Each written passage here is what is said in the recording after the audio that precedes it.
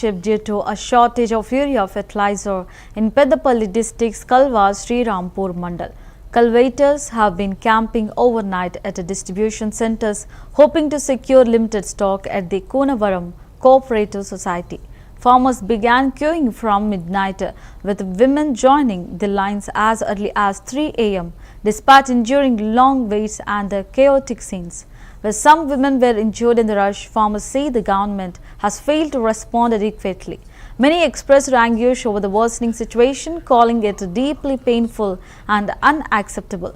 The crisis has triggered protest and widespread frustration, especially as crops risk damage during the crucial Kharif season.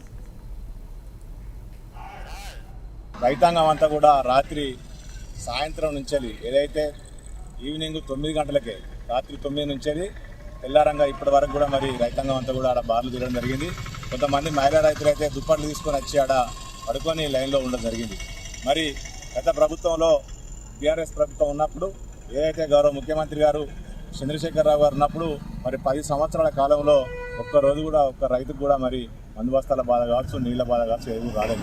మరి ఒకటే కోరుతా ఉన్నాం ప్రభుత్వాన్ని, మరి మీరు గద్దెనెక్కినప్పుడు సంది కూడా ఇప్పటి వరకు ఈ 20 నెలల్లో రైతుల నడ్డి విరిసే విధంగానే మీ ప్రయత్నం జరుగుతూ ఉంది తప్ప వేరే ప్రయత్నం ఏమీ లేదు.